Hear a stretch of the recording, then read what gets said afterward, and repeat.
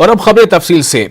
आंध्र प्रदेश के वजीर आला जगन मोहन रेड्डी का 2 रोजा दिल्ली का दौरा है। वो दिल्ली दौरे पर हैं। अपने दौरे दिल्ली के दौरान जगन मोहन रेड्डी ने मरकजी वजीर प्रकाश जावड़ेकर के अलावा गजेंद्र सिंह शेखावत से मुलाकात की है और इस दौरान रियासत की मौजूदा सूरत हाल के अलावा पोलावरम प्रोजेक्ट पर बातचीत हुई है। जगन मोहन रेड्डी ने कहा है कि पोलावरम प्रोजेक्ट की तामीर के लिए मजीद रकम की जरूरत है। जगन मोहन रेड्डी आज मरकजी वजीर दाखिला अमित शाह से भी मुलाकात करने वाले हैं। अमित शाह से मुलाकात के दौरान रियासत के 3 दारुल हुकूमत और कोरोना की सूरत हाल पर तबादला ख्याल किया जाएगा। और इस पर मजीद जानकारी हासिल करेंगे। हमारे साथ हमारे नुमाइंदे इसहाक जुड़ चुके हैं। इसहाक, क्या खास बातें हैं तरजीहात में वज़ीर आला जगन मोहन रेड्डी के, जिस तरह से उनकी मुलाकातों का सिलसिला जारी है मरकजी वज़रा से, वो अमित शाह से भी मिलने वाले हैं?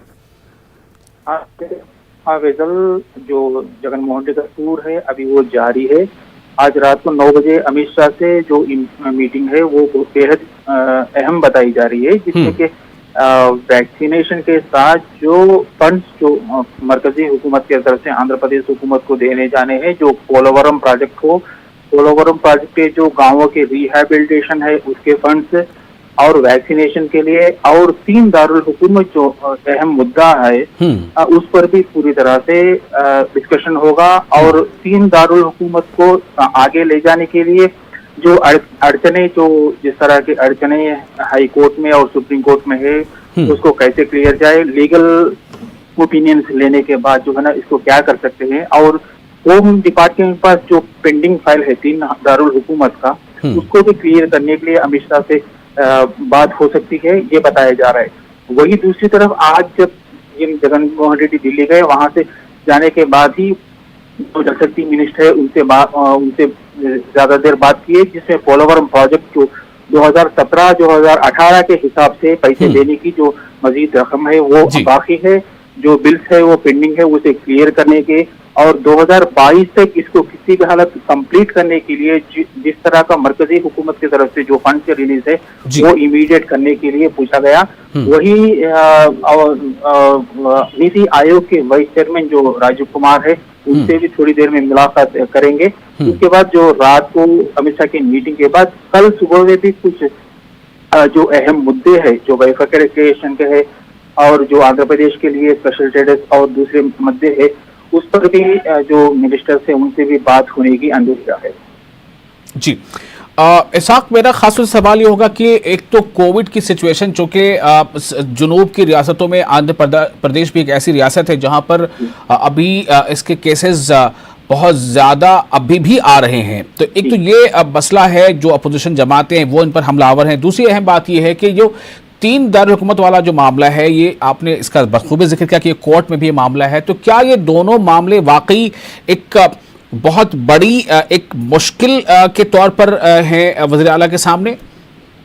हाँ, कोविड का मामला तो अभी तो चल रहा है, जो कोविड केसेस है, अमवात है, वो भी अभी, और थर्ड वेव आने का जो अंदेशा है उसके हिसाब से जो है ना एक तरफ हुकूमत जो है ना एहतमाद ले रही है, वहीं जो पीडियाट्रिक सुपर स्पेशलिटी हॉस्पिटल्स है उनको बनाने की वैजाग में एक एस्टैब्लिश होगा, और दूसरे विजयवाड़ा, गुंटूर और विशाखापट्टनम। ये तो मामला जो कोविड का है। वही वैक्सीनेशन का जो मामला है, मरकजी हुकूमत और आंध्र प्रदेश की हुकूमत दूरी बढ़ गई, जहाँ के आंध्र प्रदेश हुकूमत की तरफ से ये कहा जा रहा है कि जिस हिसाब से वैक्सीनेशन यहाँ की जरूरत है उस हिसाब से मरकज की तरफ से दी नहीं जा रही है। वहीं दूसरी तरफ जो ग्लोबल टेंडरेशन है उसमें भी रुकावट आए, तो ऐसे मामले भी वहाँ पे बातचीत होंगे।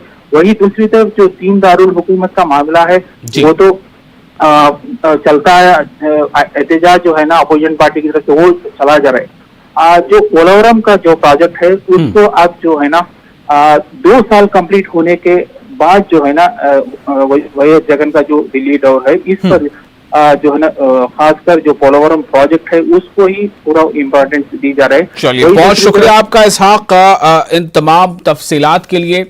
तो कैसा रहता है जगन मोहन रेड्डी का दिल्ली दौरा? जब वो वहां से दौरे के बाद जब वो वापस लौटेंगे तो अपने अवाम के लिए क्या पैगाम लेकर आएंगे, क्या मैसेज होगा, ये बहुत अहम होगा उसको देखना। आगे बढ़ते हैं। आंध्र प्रदेश से करप्शन को पूरी तरह से खत्म कर दिया गया है। ये हम नहीं कह रहे हैं, बल्कि वज़ीर आला जगन मोहन रेड्डी ने कहा है। उन्होंने कैंप ऑफिस से मुनक़िदा इजलास के दौरान ये बात कही थी। उन्होंने कहा कि साबिक़ में फलाही स्कीमात के नाम पर करोड़ों रुपयों की उलटफेर होती थी। अब रास्त तौर पर फलाही स्कीमात की रकम को अवाम के खाते में जमा किया जा रहा है। Because button nokki last 2 years low, we transferred almost 95,000 crores DBT. Just DBT, 95,000 crores. Press of a button. And ఈ సంపూర్ణ పోషణము, ఈ హౌస్ సైట్స్ అలొకేషన్స్, ఇట్లా ఇండైరెక్ట్ అన్నీ కూడా మనం తీసుకుంటే, ఆరోగ్యశ్రీ, గోరుముద్ద, ఇట్లా ఇండైరెక్ట్ అన్నీ తీసుకుంటే 1,35,000 అంటే జీరో కరప్షన్. బటన్ నొక్కుతున్నాం, డబ్బులు పోతా ఉన్నాయి बेनिफिशियरीज और शहरी इलाकों में प्रॉपर्टी टैक्स, हाउस टैक्स और गार्बेज टैक्स के नाम पर टैक्स की नई पॉलिसी शुरू की गई है, जिसकी चार जानिब से मुखालफत की जा रही है। Andhra Pradesh urban citizens forum ने नई टैक्स की पॉलिसी को खत्म करने का हुकूमत से मुतालबा किया है। अर्बन सिटीजन्स फोरम के कन्वीनर बाबू राव ने कहा कि एक जानिब अवाम कोरोना और रोजगार से परेशान है, ऐसे में अवाम पर मजीद माली बोझ आयद करना ठीक नहीं है। Now they are busy with the tax burdens on the common public in the municipalities, and also government now issuing notifications in municipalities. The councils are endorsing the resolutions regarding the garbage tax. In the name of the solid waste management, per day, per month, in each municipality 60 rupees to 120 rupees per month, and from the business organization from 500 to 10,000 rupees. Is it correct? What is the criteria for the garbage tax? It is anti-constitutional. The sanitation, to conduct the public health. Corona की वबा पर काबू पाने में रियासती और मरकजी हुकूमत पूरी तरह से नाकाम हो गई है। CITU के रियासती सदर MA गफूर ने यह बात कही। CITU की क़यादत में आज कर्नूल में मजदूरों ने एहतजाज किया। MA गफूर ने केरल रियासत की तर्ज पर रोजगार से महरूम अफराद को 18 किस्म का अनाज देने के अलावा 7,500 रुपये की माली इमदाद की अपील की है। साथ ही उन्होंने किसानों की भी माली इमदाद की अपील की।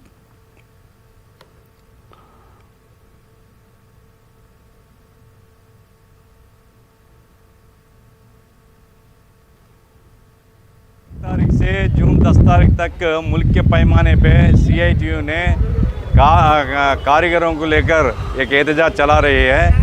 ये मरकज़ी हुकूमत की जो पॉलिसी है, लॉकडाउन तो ऐलान करते हैं, लॉकडाउन में कुछ मुआवजा नहीं देते तो गरीब लोग कैसा जीना। अमेरिका में देखो, यूरोपा में देखो, हर एक मुल्क में लॉकडाउन करे सो वक्त गवर्नमेंट जिम्मेदारी ले लेकर लाख रुपए तक मदद करी है। चीन में लाख रुपए कैश वोचर्स दिए हैं, तो हिंदुस्तान में सिर्फ 5 किलो का ऐलान करते हैं चावल दिए तो फिर बाकी चीज़ें कौन देना। तो इसीलिए हम क्या पूछ रहे हैं कि हर एक गरीब परिवार को 7,500 रुपये के सरकार 6 महीने दो। 6 महीने दिए तो गरीब लोग जीते कम से कम। आज कैसी हालत बन गए, भूखे मर रहे हैं लोग। तो इसीलिए हमारे एहतजाज में ये अहम हिस्सा था। बाद में दूसरी चीज़ है कि मरकज़ी हुकूमत की नाकामी की वजह से ये तो बेकार गवर्नमेंट नज़र में दिखती है।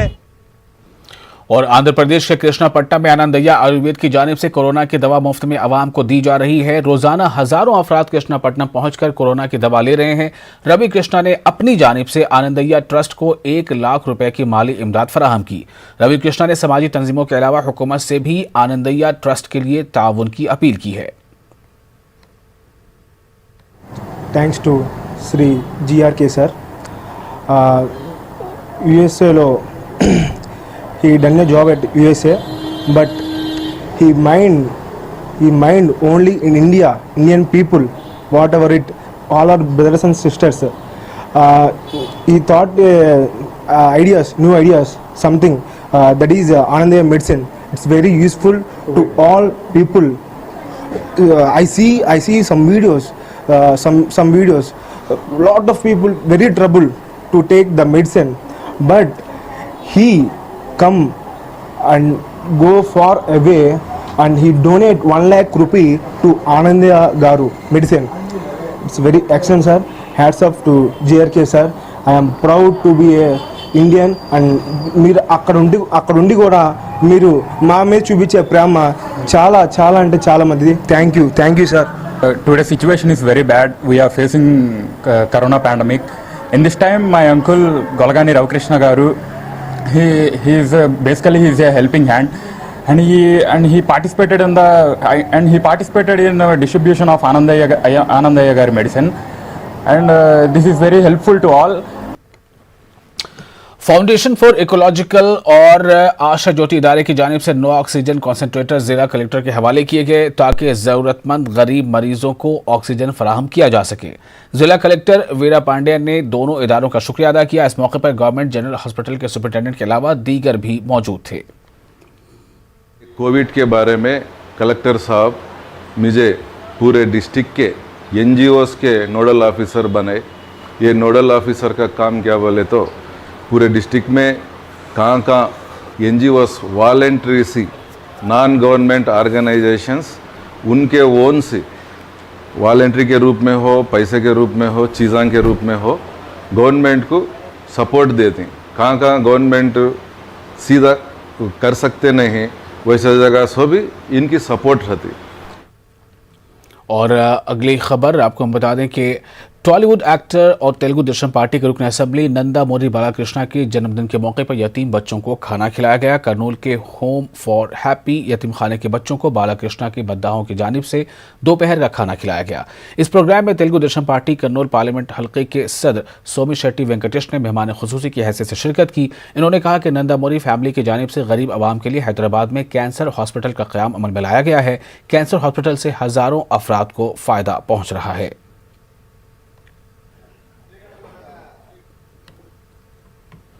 और इसी के साथ इस बुलेटिन में फिलहाल इतना ही, लेकिन ताज़ा और अहम खबरों के लिए आप बने रहे न्यूज़ 18 उर्दू के साथ। मुझे दीजिए इजाज़त।